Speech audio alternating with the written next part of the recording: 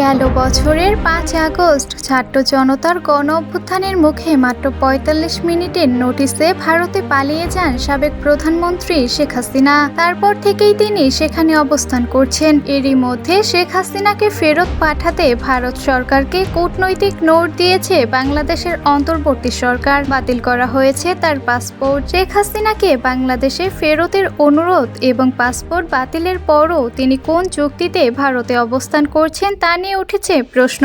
তবে কি তিনি ভারতের নাগরিকত্ব নিয়েছেন? দিল্লিতে অবস্থানরত শেখ হাসিনা প্রতিবেশী দেশের নাগরিকত্ব গ্রহণ করেছে কিনা সে বিষয়ে কোনো তথ্য জানা নেই বাংলাদেশ সরকারের। একই সঙ্গে তিনি কোন বিবেচনায় ভারতে থাকছেন তা সে দেশের বিবেচনাধীন বিষয় হিসেবে দেখছে সরকার। ১৬ই জানুয়ারি নিয়মিত সাপ্তাহিক ব্রিফিংয়ে এসব কথা বলেন পররাষ্ট্র মন্ত্রণালয়ের মুখপাত্র মোহাম্মদ শফিকুল আলম। তিনি বলেন, সাবেক প্রধানমন্ত্রী শেখ হাসিনা ভারতের নাগরিকত্ব গ্রহণ করেছে কিনা সে তথ্য পররাষ্ট্র মন্ত্রণালয়ের নেই। এছাড়া তিনি কোন স্ট্যাটাসে সেখানে আছেন সেটা ভারত সরকারের বিবেচনাধীন বিষয়।